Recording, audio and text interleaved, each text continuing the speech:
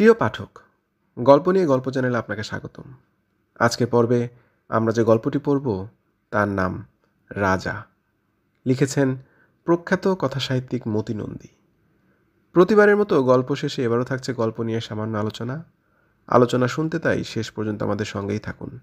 শুরু করছি গল্প রাজা।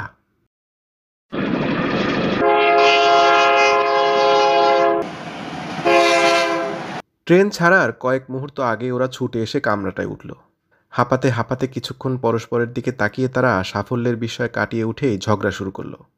জানি তুমি এমন কাণ্ড করবে, ঠিক সময়ে কোনো দিনই হাজির হতে পারো না।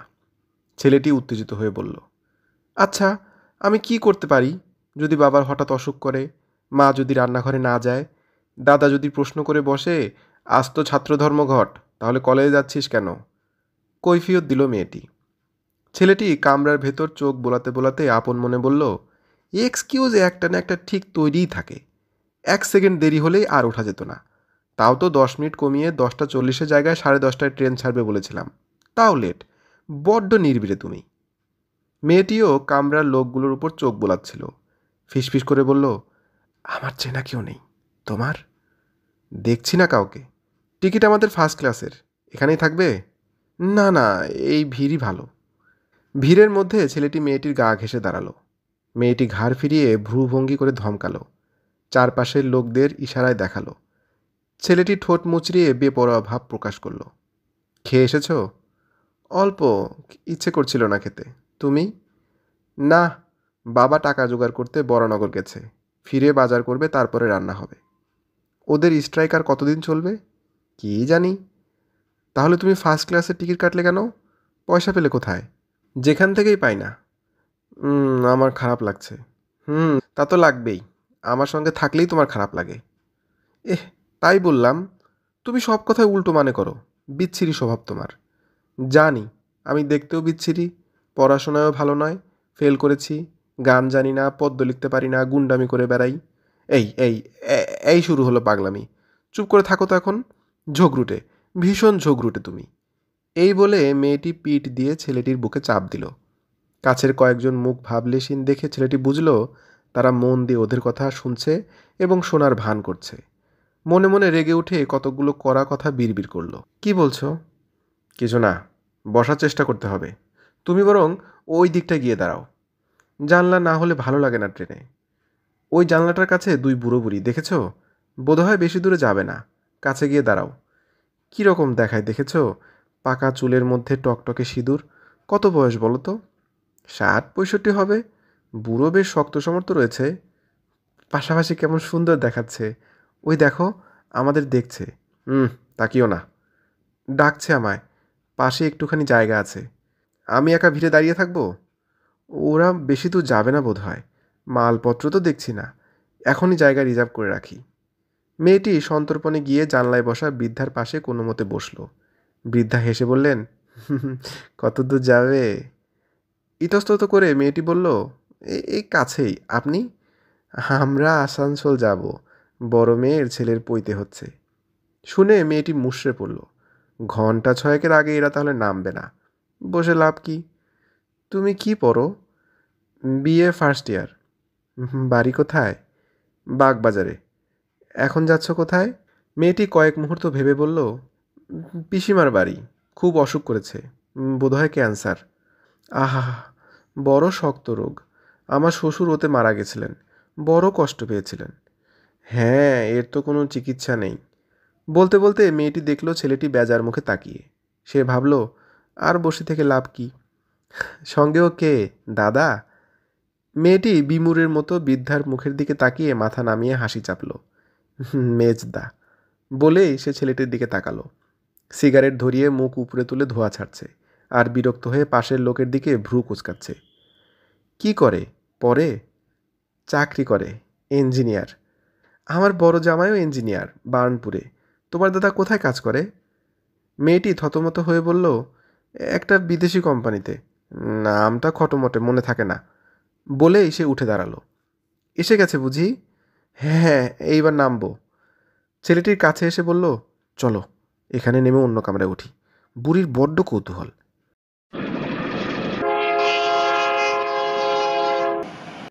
একটা স্টেশনে ট্রেন থামতেই ওরা নামলো। তাড়াহুড়ো করে পরের কামরায় উঠে দেখলো ভিড় কম, বসার জায়গা আছে। ঘেঁষাঘেঁষি করে দুজনে বসলো। কতদূর পর্যন্ত যাচ্ছি আমরা? মেয়েটি জানলা দিয়ে বাইরে তাকিয়ে বলল, 2 ঘন্টা যাওয়া আর 2 ঘন্টা আসা। ঠিক 5টায় তুমি বাড়ি পৌঁছে যাবে। মোটে 4 ঘন্টা। মেয়েটি বিষণ্ণ চোখে বাইরের সবুজ ধানক্ষেতের দিকে তাকিয়ে রইল। ওর জানলায় রাখা আঙ্গুলে ছেলেটি আলতো করে তার করতল রাখল। মেয়েটি মুঠোয় চেপে ধরল। দেখেছ কত ধান হবে এবার? অনেক। দাম তো এখনই কমতে শুরু করেছে। মেয়েটি জানলায় মাথা রেখে ঘাড় কাত করে ছেলেটির মুখের দিকে এক দৃষ্টে তাকিয়ে রইল। হাওয়ায় চুলগুলো উড়ে কপালে চোখে পড়ছে। ছেলেটি আঙুল দিয়ে সেগুলো যথাস্থানে ফিরিয়ে দেওয়ার চেষ্টা করল। মেয়েটির চোখের পাতা মুদে এলো। এবার সবাই পেট ভরে খেতে পাবে, মেয়েটি বলল। ছেলেটি তার আঙুল গালের উপর আলতো করে বোলালো। এখন কি বলতে ইচ্ছা করছে জানো? ছেলেটি বলল। কি? বন্ধ চোখে মেয়েটি জানতে চাইল। তার ঠোঁট দুটি ঈষৎ প্রস্ফুটিত ফুলের পাপড়ির মতো খুলে রয়েছে। বলবো? বলো। কে? নীলিমা না? মেয়েটি চমকে সিধে হয়ে বসল। হাত 10 দূর থেকে বছর 40-এর এক বিবাহিতা ওর দিকে তাকিয়ে। মেয়েটি ফ্যাল ফ্যাল করে তাকিয়ে থাকলো। চিনতে পারো আমায়? গীতাদিকে মনে আছে? বানান ভুলের জন্য মার পর্যন্ত দিয়েছি তোমায়। এইবার মনে পড়ে? বিবাহিতা তরবরিও বলে গেলেন। মেয়েটি ঘাড় নাড়ল। আর বানান ভুল হয় না তো? বেশ চেঁচিয়েই দূর থেকে তিনি বললেন, করছো কি এখন? কলেজে পড়ছো?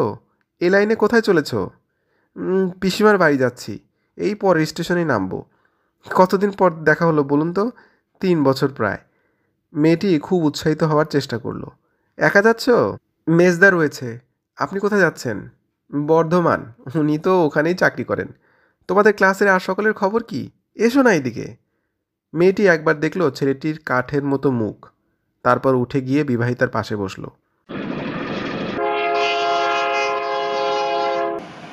পরের স্টেশনে আসতে দুজন নেমে পড়ল। এবার ফার্স্ট ক্লাসে, এই বলে ছেলেটি ছুটতে শুরু করলো। মেয়েটিও। ওরা ফার্স্ট ক্লাসে ওঠা মাত্রই ট্রেনটা ছেড়ে দিল। কামরাটি ফাঁকা, তবে 4টি শীর্ণ রুক্ষ যুবক 4টি বেঞ্চে চিত হয়ে শোয়া। তাদের পরনে আটো ট্রাউজার্স ও রঙিন গেঞ্জি, সঙ্গে ছোট ছোট ব্যাগ। 4জন ঘাড় ফিরিয়ে তাকালো ওদের দিকে। ছেলেটি এক যুবককে বলল, উঠে বসুন। কেন? মেয়েটির মুখের দিকে বিশ্রীভাবে তাকিয়ে থেকে যুবকটি জানতে চাইল উদ্ধত দেখিয়ে। কেন আবার? বসবো। বিরক্ত স্বরে ছেলেটি বলল। অ। যুবকটি তাচ্ছিল্যভাবে উঠে বসল। বাকি 3জন শীষ দিয়ে উঠল, গান ধরল এবং নিজেদের মধ্যে গল্প জুড়ল। না উঠলেই হতো। মেয়েটি চুপি চুপি বলল। কেন? আমরা কি টিকিট কাটিনি? ছেলেটি একটু জোরে বলল। ওরা 4জন তা শুনতে পেল এবং ঘাড় ফিরিয়ে তাকালো। আপনারা বুঝি টিকিট কেটে উঠেছেন? এক যুবক ব্যঙ্গ করে বলল। এরা দুজন চুপ রইল। ওরা নিজেদের মধ্যে অশ্লীল শব্দ ব্যবহার করে আলাপ করতে লাগলো। আমার বিশ্রী লাগছে, মেয়েটি ফিসফিস করে বলল। ছেলেটি উত্তেজিত হয়ে যুবক 4জনকে উদ্দেশ্য করে বলল, এখানে একজন মহিলা রয়েছেন, তার সামনে আপনারা নোংরা কথা বলছেন কেন? কে মহিলা? উনি কি মহিলা? একজন গম্ভীর হবার ভান করে বলল। তার মানে? মানে অন্য কিছু তো হতে পারে। কি হতে পারে? মেয়েটি অস্ফুট বলল, চুপ করো, এদের সঙ্গে কথা বলো না। আসুক পরের স্টেশনে, চেকারকে ডাকবো, যত সব লোফার ফার্স্ট ক্লাসে ওঠে। ছেলেটি রাগে গড়গড় করে বলল। কি বললেন? আমরা লোফার? একজন উঠে দাঁড়ালো। আমরা লোফার? রোয়াব দেখানো হচ্ছে। আর একজন উঠে দাঁড়িয়ে বলল এবং 3য় জন হঠাৎ ছেলেটির গালে চর কষিয়ে দিল। বজ্রাহতের অনুরূপ অবস্থা কাটিয়ে ওঠার পরেই ছেলেটি ঝাঁপিয়ে পড়ল এবং 1 মিনিটের মধ্যেই কামরার কোণে ছিটকে তলপেট চেপে বসে পড়ল। 4 যুবক হাত জেরে হাসতে শুরু করলো। ছেলেটি উঠে দাঁড়িয়ে ঘুষি ছুড়ল। লোফার, লোফার চিৎকার করে ছেলেটি থুতু ছিটালো একজনের মুখে। থু! এবার যুবক 4জন ওকে ঘিরে ধরল। মেয়েটি এতক্ষণ বুঝতে পারছিল না কি করবে। এইবার সে হাউমাউ করে কেঁদে উঠল। ছেড়ে দিন, ওকে ছেড়ে দিন, আমরা নেমে যাব এক্ষুনি, ওকে আর মারবেন না। তাই শুনে যুবক 4জন হাত ঝেড়ে হাসতে হাসতে আসনে বসল। শূন্য প্রান্তরে মৃত একটি তালগাছের মতো ছেলেটি দাঁড়িয়ে রইল। তার 2টি চোখ মেয়েটির চোখে নিবদ্ধ। তার দৃষ্টিতে স্ফটিকের ভাবলেশীনতা।